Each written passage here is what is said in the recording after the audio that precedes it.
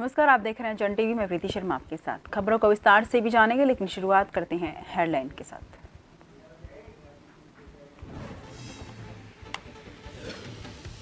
दो दिवसीय उत्तराखंड दौरे पर जेपी नड्डा पिथौरागढ़ और विकासनगर में किया प्रचार, सभा को किया संबोधित। कल हरिद्वार में रोड शो।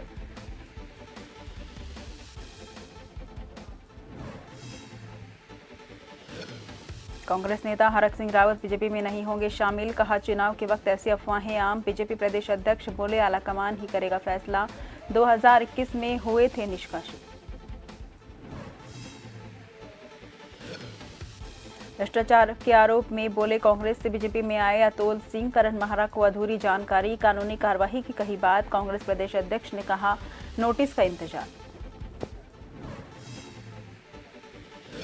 रामनगर पुलिस की बड़ी कार्रवाई, पेरूमादारा क्षेत्र में हुई 3 चोरियों का किया खुलासा, 3 महिलाओं समेत 7 चोरों को किया गिरफ्तार, नकदी भी बरामद।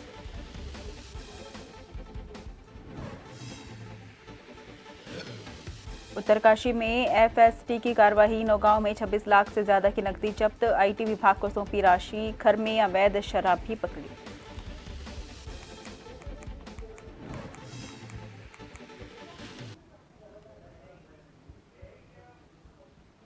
रुक करते हैं खबरों की ओर।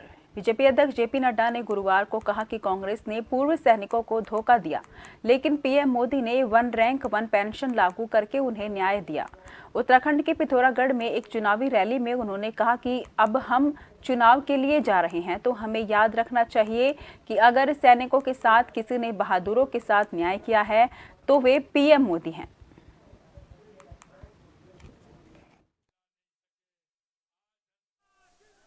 जब हम चुनाव की बेला में जा रहे हैं तो हमें यह भी याद रखना चाहिए कि वीरों के साथ अगर किसी ने न्याय दिलाया और 40 साल से कांग्रेस ने आपके साथ धोखा दिया, उस धोखे को न्याय दिलाने का काम 1 रैंक 1 पेंशन भी दिया गया, तो वो आदरणीय प्रधानमंत्री मोदी जी के द्वारा दिया गया। आगामी चुनाव के मद्देनजर बीजेपी ने चुनाव प्रचार के साथ कार्यक्रम की श्रृंखला भी बढ़ा दी है। बीजेपी प्रदेश अध्यक्ष महेंद्र भट्ट ने कहा कि बीजेपी का बूथ नेता पथ सभाओं के साथ बूथ स्तर पर 4 बैठक करेगा, जो सुबह 10 बजे से लेकर शाम 4 बजे तक होगी। वहीं उन्होंने कहा कि 6 अप्रैल को पार्टी स्थापना का दिन हर बूथ पर मनाया जाएगा। इसी दिन माइक्रो डोनेशन की शुरुआत भी की जाएगी, जिसमें 5 से लेकर 2000 तक लोगों से लेने की अपील की गई है। 9 तारीख को बीजेपी का हर कार्यकर्ता मतदान करने की अपील करेगा। 14 अप्रैल को डॉक्टर अंबेडकर की जयंती पर अनुसूचित जाति बाहुल क्षेत्र में कार्यक्रम किए जाएंगे, जिसमें भरथरी माध्यम से प्रधानमंत्री मोदी डॉक्टर अंबेडकर के योगदान को जनता को बताएंगे। प्रचार के आखिरी दिन 17 तारीख को बीजेपी कन्या पूजन कार्यक्रम करेगी और हर कार्यकर्ता अपने घर में 11 कन्याओं का पूजन करेंगे और उनके साथ उनके हाथ पर कमल के फूल बनाए जाएंगे।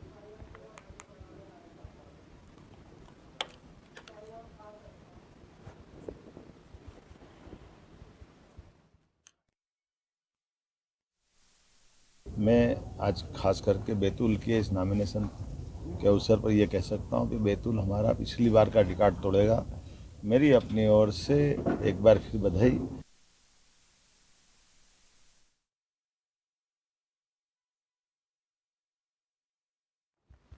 उत्तराखंड के रुद्रपुर में आयोजित हुई प्रधानमंत्री मोदी की विजय शंखनाद रैली को भारतीय जनता पार्टी के मंडल महामंत्री रमेश कुनियाल ने ऐतिहासिक बताया और कहा कि प्रधानमंत्री जो कहते हैं वो करते भी हैं। उन्होंने कहा कि जब जब प्रधानमंत्री नरेंद्र मोदी रुद्रपुर के मोदी मैदान में जनसभा को संबोधित करने पहुंचे हैं, तब तक कार्यकर्ताओं में दुगना उत्साह देखने को मिला है।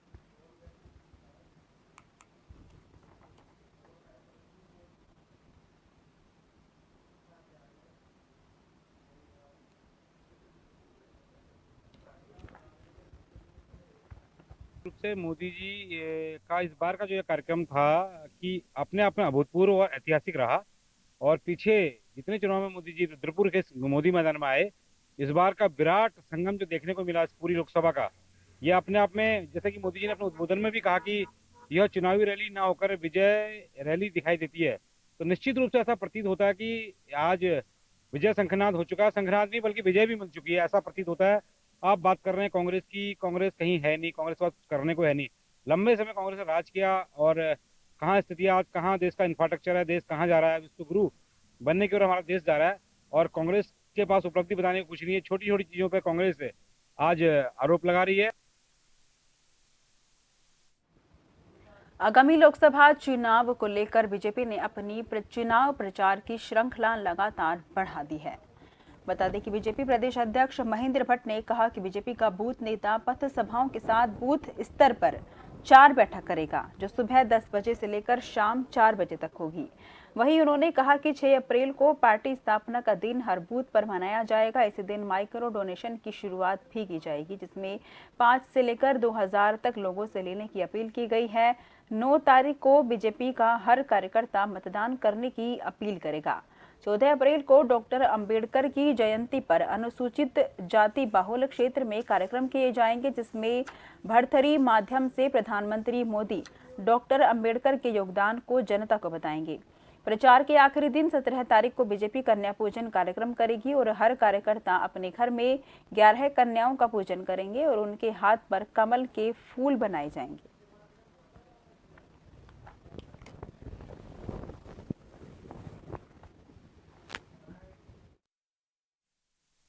छह तारीख पार्टी का स्थापना दिवस है। स्थापना दिवस हम हर बूथ पर भव्यता से मनाते हैं और उस दिन हर कार्यकर्ता अपने घरों पर कमल का झंडा लगाएगा।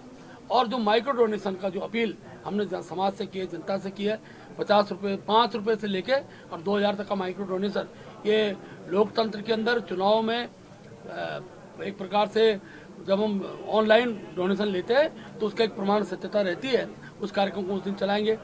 अपना 9 तारीख को वर्ष प्रतिपदा है। वर्ष प्रतिपदा के दिन हमारा प्रत्येक कार्यकर्ता आम नागरिक से अपील करेगा मतदान करने का। लोकतंत्र के लिए सबसे अपील उसकी रहेगी, लोग अपने सब परिवारों से अपील रहेगी। कांग्रेस छोड़कर गए अतुल सिंह रावत पर कुछ दिनों पूर्व कांग्रेस प्रदेश अध्यक्ष करण महरा ने कहा था कि जिन लोगों पर भ्रष्टाचार के आरोप हैं वो लोग कांग्रेस को छोड़कर जा रहे हैं। इसको लेकर अतुल सिंह रावत ने कहा कि इस मामले में कोर्ट से उनको क्लीन चिट मिल चुकी है और कांग्रेस अध्यक्ष ने अधूरी जानकारी में बयान दिया है, जिससे उनको हानि पहुंची है। मामले में जल्द ही कानूनी कार्रवाई की जाएगी। कांग्रेस प्रदेश अध्यक्ष करण महरा ने जवाब देते हुए कहा कि वो भी उनके नोटिस का इंतजार कर रहे हैं और सरकार ने जो उन्हें नोटिस थमाए थे वो भी उनके पास हैं।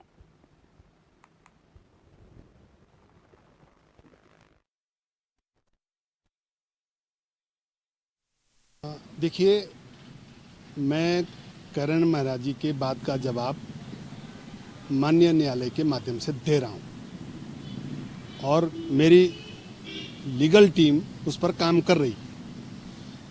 लेकिन मोटे मोटे तौर पे मैं ये कहना चाहूँगा कि करण महरा जी बतौर प्रदेश अध्यक्ष उत्तराखंड कांग्रेस कमेटी हताशा, निराशा और बेहद, जिसको शुद्ध भाषा में कहेंगे कि हथियार डालने वाली स्थिति पे आज खड़े हो चुके हैं। स्वागत है, वो सलाह लें। मेरे पास भी जो उनको सरकार ने नोटिस दिए हैं, प्रशासन ने, वो नोटिस की कॉपी मेरे पास भी है।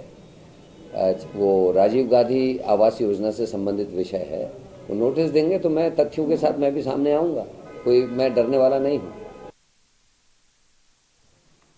पूर्व कैबिनेट मंत्री और वर्तमान में कांग्रेस के वरिष्ठ नेता डॉक्टर हरक सिंह रावत के बीजेपी में शामिल होने की बात को सिरे से नकार दिया है।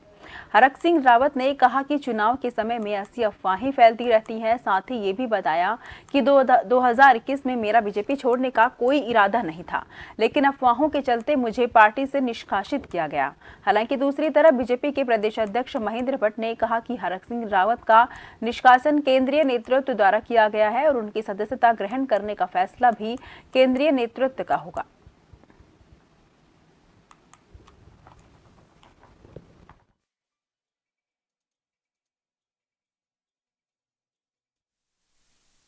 चुनाव के समय में इस तरह अफवाहें फैलती रहती हैं और मेरे साथ न जाने ऐसा क्यों होता है। कई बार लोग देखते हैं मैं दल बदलता हूं, लेकिन परिस्थितियां ऐसी बनती हैं। 2021 में भी, 22 में भी मेरा भारतीय जनता पार्टी छोड़ने का कोई इरादा नहीं था। उस समय भी इसी तरह अफवाहें उड़ाई गई और भारतीय जनता पार्टी ने मुझे निष्कासित किया। और इस समय भी फिर कुछ लोग प्लानिंग से, मैं सोचता हूँ कुछ लोगों पे मैं सोचता हूँ इस तरह, क्योंकि मेरे अभी किसी से कोई बात इस मुद्दे पे हुई नहीं है और ये सिर्फ अफवाहें हैं। हरक सिंह जी की ज्वाइनिंग का दूर दूर तक कोई प्रश्न खड़ा नहीं है। ये कहां से मीडिया चलाता है आप लोग जाने। हरक सिंह रावत जी का निष्कासन केंद्रीय टीम ने किया है। उनकी ज्वाइनिंग की निर्णय केंद्र नेतृत्व ही करेगा। पुलिस अधीक्षक चमोली सर्वेश पवार जोशीमठ कोतवाली पहुंचे, जहां उन्होंने जोशीमठ कोतवाली का वार्षिक निरीक्षण किया। पुलिस अधीक्षक ने कोतवाली परिसर और थाना कार्यालय, महिला हेल्प डेस्क, भोजनालय, हवालात का निरीक्षण किया। पुलिस अधीक्षक सर्वेश पवार ने अधिकारियों से नशे के कारोबार करने वालों को चिन्हित कर उनके खिलाफ सख्त कार्रवाई करने के निर्देश दिए। उन्होंने जोशीमठ बद्रीनाथ हेमकुंड साहिब यात्रा मार्ग में श्रद्धालुओं को कोई परेशानी न हो, इसके लिए कार्य योजना तैयार करने के निर्देश दिए। कोतवाली के निरीक्षण के दौरान पुलिस अधीक्षक ने शस्त्रों का निरीक्षण, शस्त्रों की नियमित साफ सफाई किए जाने के निर्देश दिए।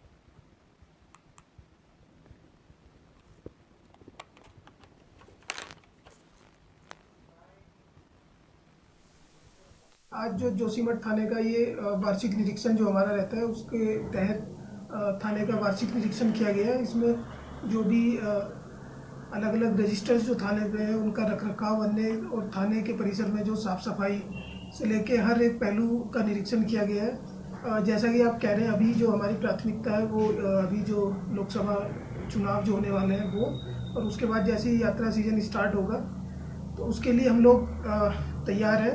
हम लोग उसी हिसाब से उस समय अभी से हमने तैयारियां अपनी स्टार्ट कर दी। उसके बाद जो भी हमारा ट्रैफिक प्लान होगा, जो भी चीज़ें होंगी वो हम आप सबको, मीडिया को जो है वो शेयर कर देंगे। अंकिता भंडारी हत्याकांड मामला बीजेपी का पीछा नहीं छोड़ रहा है। मामले को लेकर कांग्रेस लगातार सवाल खड़े कर रही है कि आखिर वो वीआईपी कौन था जिसके चलते अंकिता भंडारी मौत के मुंह में समा गई। वहीं कांग्रेस के सवाल पर बीजेपी विधायक विनोद चमोली ने जवाब देते हुए कहा कि अंकिता भंडारी केस में बीजेपी सीरियस है। जिन लोगों की संलिप्तता थी उन्हें जेल की सलाखों के पीछे भेजा गया है। साथ ही मामला कोर्ट में चल रहा है।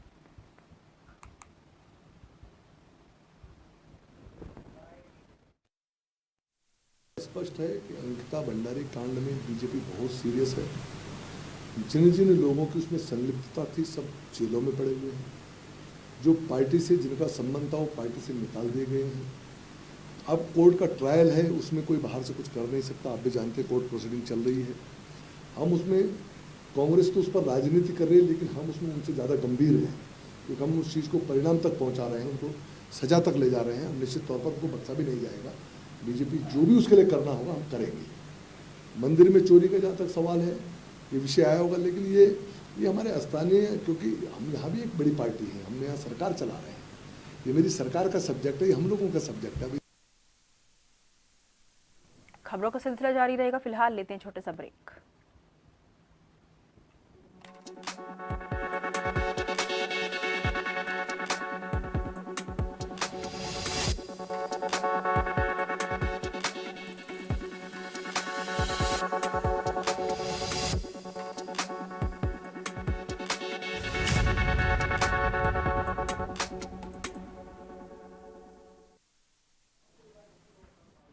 ब्रेक के बाद फिर से आपका स्वागत है। रुक करते हैं खबरों की ओर। रामनगर कोतवाली पुलिस में हाल ही में लगातार हुई चोरियों के मामले में पुलिस टीमों का गठन कर घटना का खुलासा करने के निर्देश अधिकारियों द्वारा पुलिस को दिए गए।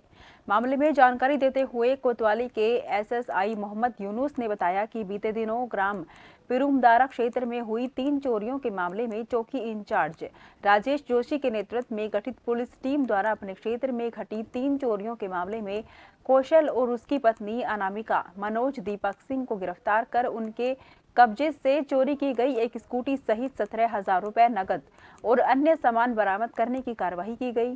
एक अन्य चोरी की घटना में 3 आरोपियों को चोरी किए हुए सामान के साथ गिरफ्तार करने के साथ ही घटना में प्रयुक्त बाइक भी बरामद की गई। चोरी के मामले में पुलिस ने 3 महिलाओं सहित 7 लोगों को गिरफ्तार कर उनके खिलाफ संबंधित धाराओं के तहत अभियोग दर्ज करते हुए उन्हें कोर्ट में पेश करने की कार्रवाई की गई।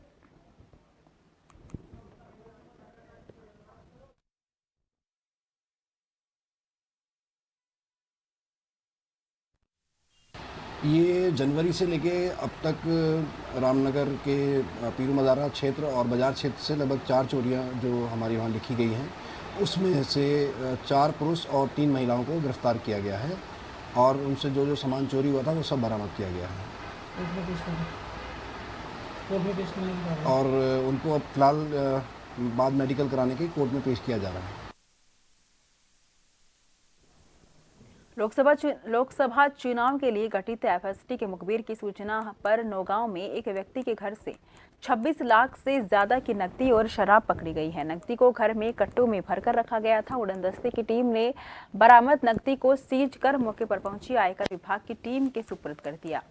जानकारी के अनुसार एफएसटी की टीम को सूचना मिली थी कि नौगांव ब्लॉक के गढ़गांव में बलवीर सिंह पुत्र राम बहादुर के घर पर शराब रखी है। शराब पकड़ने के लिए गांव पहुंची टीम ने जब घर की तलाश ली तो वहां से 4 पेटी अंग्रेजी शराब और भारी मात्रा में नकदी मिली। पूछताछ के दौरान संतोषजनक जवाब मिलने पर टीम ने आयकर विभाग की टीम को बुलाया और नकदी उनके हवाले कर दी।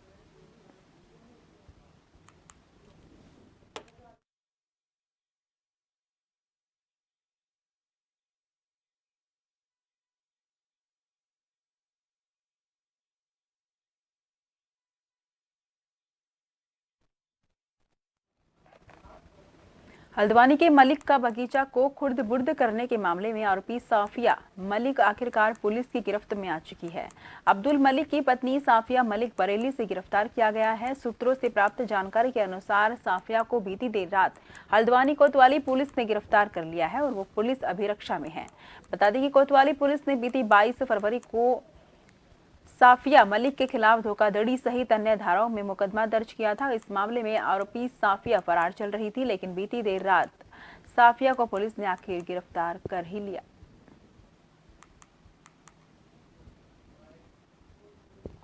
नैनीताल पुलिस ने जो बनफूलपुरा में अतिक्रमण वाला मामला था, जिसमें नगर निगम के द्वारा एक एफआईआर करवाई गई थी, उसमें अब्दुल मलिक की पत्नी साफिया मलिक जो नामजद अभियुक्त थी, उसको आज नैनीताल पुलिस की टीम ने बरेली से गिरफ्तार किया गया है और इसमें अन्य जो नामजद अभियुक्त हैं उनके खिलाफ जांच चल रही है। इसमें अब्दुल मलिक भी नामजद अभियुक्त हैं जो ऑलरेडी दूसरे मामले में जेल में बंद है। इस मामले में विवेचना चल रही है, आगे जैसे भी तथ्य आएंगे उसके खिलाफ से पुलिस कार्रवाई करेगी। रानीखेत अल्मोड़ा जिले के पर्यटन नगरी रानीखेत में ओपन टेनिस कुमाऊं कप 2024 का आयोजन किया जाएगा। 6 अप्रैल से शुरू हो रही इस प्रतियोगिता को लेकर तैयारियां शुरू की गई हैं। प्रतियोगिता में कुमाऊं क्षेत्र की कुल 5 टीमें भाग लेंगी। प्रतियोगिता रानीखेत क्लब के टेनिस कोर्ट मैदान में खेली जाएंगी, जिसमें 42 प्रतिभागी इस कप में शिरकत करेंगे। पत्रकारों को संबोधित करते हुए टूर्नामेंट डायरेक्टर सुमित गोयल ने बताया कि इस प्रतियोगिता में कुमाऊं क्षेत्र की कुल 5 टीमें भाग ले रही हैं। प्रत्येक टीम में अधिकतम 9 खिलाड़ी हों।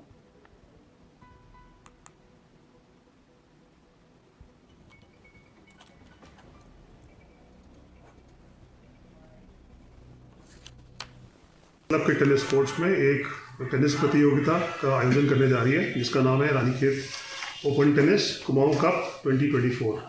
ये टीम चैंपियनशिप होगी और इसमें कुमाऊं के जिन जिलों में भी टेनिस खेला जाता है वहाँ सभी से जो है टेनिस के प्रतिभागी हर आयु वर्ग के, स्टार्टिंग फ्रॉम एज 17 जो कि हमारे यंगेस्ट प्लेयर हैं और सबसे जो अधिक उम्र के खिलाड़ी उनकी उम्र है 77 साल। तो हर आयु वर्ग के खिलाड़ी इसमें भाग लेंगे और इसमें 5 टीमें होंगी और ये राउंड रॉबिन पैटर्न में खेला जाएगा। ये टूर्नामेंट 6 और 7 अप्रैल को होना है और ये इसको उत्तराखंड राज्य टेनिस एसोसिएशन से मान्यता प्राप्त है। बुधवार देर शाम लोहाघाट के ग्राम सभा मझेड़ा के जंगल में अचानक आग लग गई। देखते ही देखते आग ने विकराल रूप धारण कर लिया। मझेड़ा ग्राम प्रधान रमेश चंद्र पांडे ने बताया कि हवा के साथ साथ आग तेजी से गांव की ओर पहुंच गई है।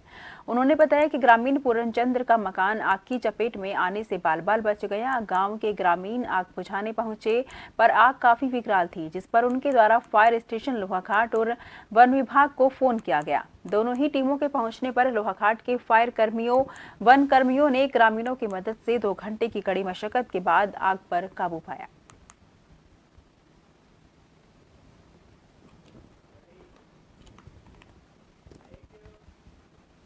जोशीमठ ब्लॉक के अंतर्गत आने वाला डुमक गांव के ग्रामीणों ने एक बार फिर से अपने ही गांव में जन आक्रोश रैली का आयोजन किया। डुमक गांव के ग्रामीण कई वर्षों से सड़क संबंधित समस्याओं से जूझ रहे हैं। इनके साथ ही ग्रामीण कई बार अपने ही गांव में क्रमिक धरना प्रदर्शन तक कर चुके हैं। अपने ही गांव में जन आक्रोश रैली में सैकड़ों की तादाद में स्थानीय ग्रामीण मौजूद रहे। क्रमिक धरना प्रदर्शन के दौरान शासन और प्रशासन के द्वारा ग्रामीणों को आश्वासन दिया गया था कि बहुत जल्द डुमक गांव की सड़क संबंधित समस्याओं को पूरा कर दिया जाएगा, लेकिन कई महीने बीत चुके हैं और आज तक कुछ भी कार्यवाही नहीं हो पाई है। वहीं अब ग्रामीणों ने चुनाव बहिष्कार की चेतावनी देते हुए कहा कि सड़क नहीं तो वोट नहीं।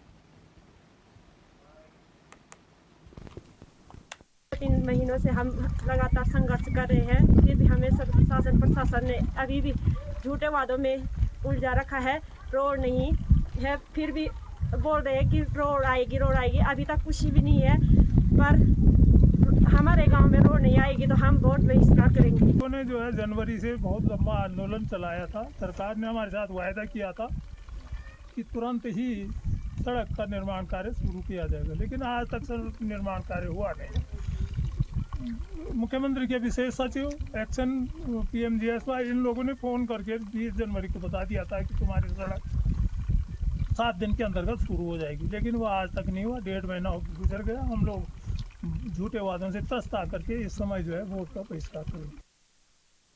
विश्व प्रसिद्ध श्री केदारनाथ धाम की आगामी यात्रा 10 मई से शुरू होने जा रही है। यात्रा को सुगम और सुव्यवस्थित ढंग से संचालित करने के लिए जिलाधिकारी सौरभ गहरवार ने यात्रा व्यवस्थाओं से जुड़े सभी अधिकारियों को यात्रा शुरू होने से पहले सभी तैयारियां और व्यवस्थाओं को समय से पूर्ण करने के निर्देश दिए हैं। वहीं केदारनाथ यात्रा मार्ग से बर्फ हटाने का कार्य युद्ध स्तर पर किया जा रहा है, जिसमें बर्फ हटाने के लिए लगभग 95 श्रमिक तैनात किए गए हैं।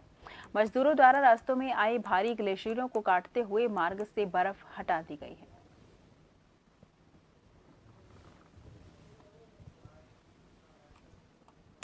गत माह हुई भारी बर्फबारी के कारण श्री केदारनाथ धाम पैदल यात्रा मार्ग कई स्थानों पर अवरुद्ध हो गया था।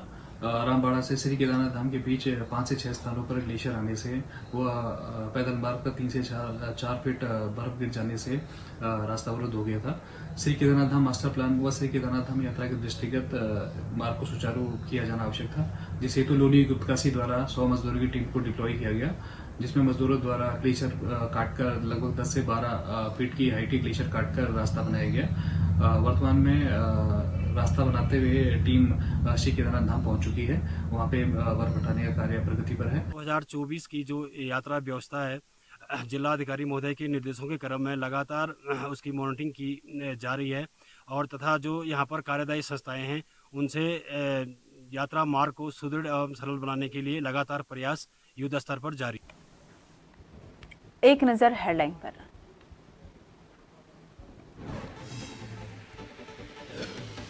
दो दिवसीय उत्तराखंड दौरे पर जेपी नड्डा पिथौरागढ़ और विकास नगर में किया प्रचार, सभा को किया संबोधित। कल हरिद्वार में रोड शो।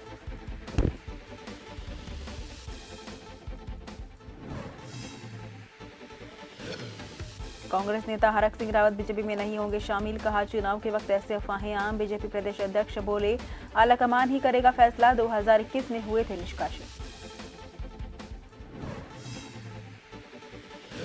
भ्रष्टाचार के आरोप पर बोले कांग्रेस से बीजेपी में आए अतुल सिंह, करण महरा को अधूरी जानकारी, कानूनी कार्रवाई की कही बात। कांग्रेस प्रदेश अध्यक्ष ने कहा नोटिस का इंतजार। रामनगर पुलिस की बड़ी कार्रवाई, पिरुमदारा क्षेत्र में हुई 3 चोरियों का खुलासा, 3 महिलाओं समेत 4 चोरों को किया गिरफ्तार, नकदी भी बरामद।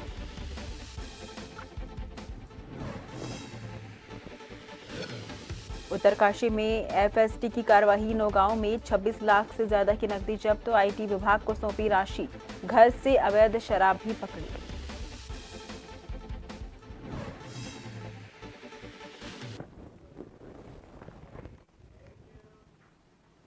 फिलहाल के लिए मुझे दीजिए इजाजत। देश भर की तमाम खबरों के लिए आप लगातार देखते रहिए जन टीवी, क्योंकि हम हैं जन जन की आवाज।